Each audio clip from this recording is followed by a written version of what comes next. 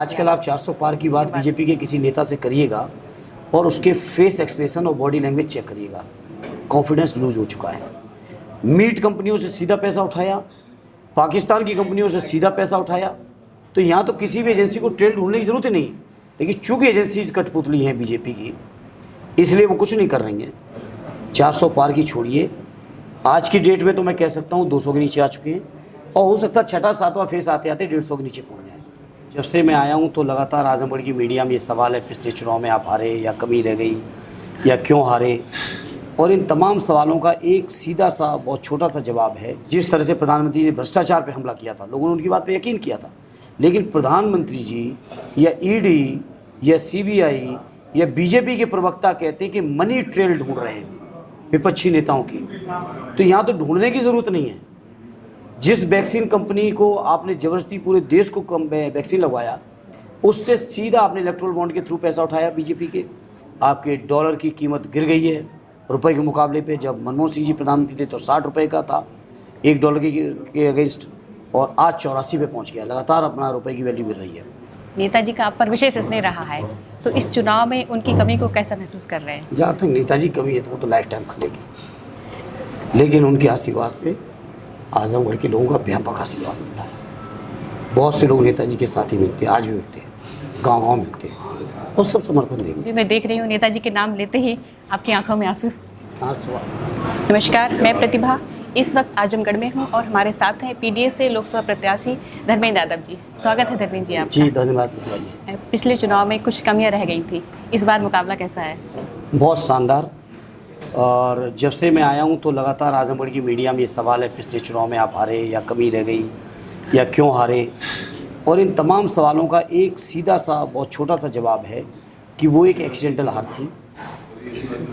और उस हार से हम लोग हारे ज़रूर, इस बात से इनकार नहीं है, लेकिन कभी मनोबल नहीं गिरा। पार्टी के अंदर ऐसी कोई कमजोरी नहीं जिसकी वजह से कोई बड़ी हार हुई हो। बहुत मामूली हार थी, कुछ बेईमानी, कुछ प्रशासन, कुछ और भी कारण थे। आज सारे कारणों का निराकरण होते हुए आजमगढ़ का पूरा जनमानस आदरणीय अखिलेश यादव जी के हाथों को मजबूत करने के लिए, इंडिया गठबंधन को मजबूत करने के लिए एकजुट है। और मैं समझता हूँ लोग बड़ी जीत देंगे, ऐतिहासिक विजय होगी। माननीय अखिलेश जी का, सदैव नेताजी का जो झंडा इस जिले में बुलंद रहा है वो फिर से बुलंद होगा। प्रधानमंत्री जी की गारंटी पर क्या लगता है, जनता को कितना विश्वास है? अब खत्म हो गई है। प्रधानमंत्री जी ने जो 14 में वादे किए थे या 19 में किए थे, 17 और 22 में किए थे, अगर उन वादों पर खरे उतरे होते तो शायद लोग गारंटी को मानते। शुरू में लोगों ने विश्वास किया, इस बात से इनकार नहीं है।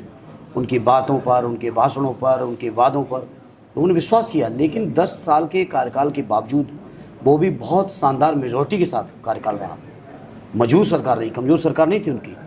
बावजूद इसके नौजवान निराश हो गया। जो 20 करोड़ नौजवानों को रोज़गार मिलना चाहिए था, रोज़गार छिने। किसानों की जहाँ आमदनी बढ़नी चाहिए थी, आमदनी बढ़ने की बात छोड़िए, लगभग 800-900 किसानों की डेथ हुई है आंदोलन करते करते। इसी तरह से महंगाई इतनी बढ़ गई है, बेरोज़गारी बढ़ी है, महंगाई बढ़ी है। आपके डॉलर की कीमत गिर गई है रुपए के मुकाबले पे। जब मनमोहन सिंह जी प्रधानमंत्री थे तो 60 रुपये का था $1 के अगेंस्ट, और आज 84 पे पहुंच गया। लगातार अपना रुपए की वैल्यू गिर रही है। जिस तरह से प्रधानमंत्री ने भ्रष्टाचार पे हमला किया था, लोगों ने उनकी बात पे यकीन किया था, लेकिन प्रधानमंत्री जी या ईडी या सीबीआई या बीजेपी के प्रवक्ता कहते हैं कि मनी ट्रेल ढूंढ रहे हैं विपक्षी नेताओं की। तो यहाँ तो ढूंढने की ज़रूरत नहीं है।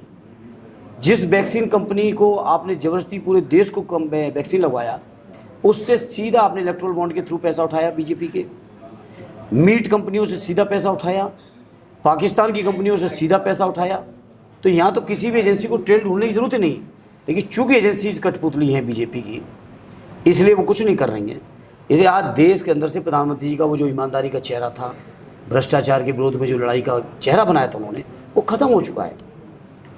आजमगढ़ की जनता ने पहली बार बीजेपी को मौका दिया था, तो बीजेपी सरकार में आजमगढ़ में क्या विकास के काम हुए और क्या क्या कमियां रह गई? एक ही उपलब्धि मैं कहूँगा, माननीय प्रधानमंत्री जी आए थे, जहाँ तक मुझे याद आ रहा शायद मार्च के महीने में, एक कमरे का उद्घाटन करके गए थे एयरपोर्ट पे, एक कंट्रोल रूम का। ठीक 33वें दिन आप आजमगढ़ आइए, ज़रूर पता करिएगा, 33वें दिन उस कंट्रोल रूम में भी आग लग गई। तो आजमगढ़ के लोग चाहते ही नहीं कि उनका कुछ भी योगदान यहाँ दिखे, क्योंकि समाजवादियों की सरजमी है। वो एक कमरे का उद्घाटन करके गए, वो भी जल गया। तो बताओ क्या उपलब्धि बताएं उनकी। यहाँ बुनकरों की कुछ समस्याएं हैं, रोजगार क्या लगता है उनके रोजगार पर क्या फर्क पड़ा है? बुनकरों की समस्याओं के लिए समाजवादियों ने दोनों ही सरकारों में, चाहे नेताजी की सरकार रही हो चाहे राष्ट्रीय अध्यक्ष जी की सरकार रही हो, दोनों ही सरकारों में लगातार बुनकरों के लिए काम हुआ। उनको एक बिजली के बिल में जो फ्लैट सुविधा चाहिए थी 75 रुपये महीने की, वो सब देने की काम किया। लेकिन वर्तमान सरकार ने सारी चीज़ें ख़त्म कर दी हैं और बुनकर आज बहुत बर्बादी के कगार पे है। अब ऊपर वाला चाहेगा, सरकार बनेगी तो हम लोग उसकी समस्याओं का भी समाधान करेंगे। आजमगढ़ में क्या लगता है, क्या क्या कमियां हैं, क्या क्या विकास होने चाहिए जिनको अब आप पूरा करना चाहेंगे? देखिए, बहुत सारा विकास हुआ है और जो भी विकास हुआ है समाजवादियों ने किया। मंडल बना, मेडिकल कॉलेज बना, शुगर मिल बनी, एयरपोर्ट बना, आपके तमाम बिजली, शिक्षा से लेके हर इंफ्रास्ट्रक्चर के मामले में हुए। अभी कुछ और विकास तो एक सतत प्रक्रिया है, ऐसा नहीं कि इतना विकास होने के बाद विकास की ज़रूरत नहीं है, फिर कुछ और बनाएंगे। ये तो इमारत है, मंजिल दर मंजिल बनती चली जाएगी। तो जहाँ से विकास रुका है, जब कभी मौका मिलेगा समाजवादियों को, वहाँ से विकास फिर शुरू करेंगे। बीजेपी 400 पार की बात कर रही है, पीडीए की क्या लग रहा है, क्या अब आजकल आप 400 पार की बात बीजेपी के किसी नेता से करिएगा और उसके फेस एक्सप्रेशन और बॉडी लैंग्वेज चेक करिएगा, कॉन्फिडेंस लूज हो चुका है। 400 पार की छोड़िए, आज की डेट में तो मैं कह सकता हूँ 200 के नीचे आ चुके हैं और हो सकता है छठा सातवां फेस आते आते 150 के नीचे पहुँच जाए 400 पार की जगह। इस पर क्या लग रहा है, मेन चुनावी मुद्दे क्या हैं जनता के बीच, क्या बहुत है? गंभीर मुद्दे हैं। सबसे बड़ा मुद्दा है देश का संविधान बचाने का है, देश के लोकतंत्र को बचाने का है, आरक्षण को बचाने का है, जाति जनगणना का है, अग्निवीर जैसी योजना को ख़त्म करने का है, पेपर लीक जैसी समस्या उसको ख़त्म करने का है, बेरोजगारी ख़त्म करने का है, किसानों की आमदनी दूनी कर ड्योढ़ी करने का सवाल है, किसानों के कर्ज माफ़ी का सवाल है, सरकारी कर्मचारियों को पुरानी पेंशन देना है, जो संविदा कर्मचारी उनके नियमितीकरण का सवाल है। बहुत सारे सवाल हैं, गरीब महिलाओं को पेंशन देने के सवाल हैं, बहुत से सवाल हैं। जो मुद्दों पर इंडिया गठबंधन ने, समाजवादी पार्टी ने अपने मैनिफेस्टो को भी जारी किया है और इन मुद्दों को जनता का व्यापक समर्थन मिल रहा है। नेताजी का आप पर विशेष स्नेह रहा है, तो इस चुनाव में उनकी कमी को कैसा महसूस कर रहे हैं? जहाँ तक नेताजी की कमी है तो वो तो लाइफ टाइम खलेगी, लेकिन उनके आशीर्वाद से आजमगढ़ के लोगों का व्यापक आशीर्वाद मिल रहा है। बहुत से लोग नेताजी के साथ ही मिलते हैं, आज भी मिलते हैं, गाँव मिलते हैं और सब समर्थन देंगे। आजमगढ़ की जनता से क्या अपील करते हैं, क्या मांग है आप? मैं यही अपील करूंगा, जो समाजवादियों की थाती ये सरजमी रही है, उस सरजमी पर पार्टी ने मुझे मौका दिया है और मैं उस परंपरा को निभाने में कोई कसर नहीं करूँगा। आज भी मैं देख रही हूँ नेताजी के नाम लेते ही आपकी आंखों में आंसू आंसू आ रहे हैं। से बातचीत करने के लिए बहुत बहुत धन्यवाद।